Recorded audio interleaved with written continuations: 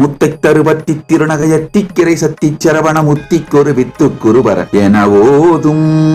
முக்கட்பரமற்கு சுருதியின் முற்பட்டது கற்பித்திருவரும் 30 வர்க்க தமரரும் அடிவேண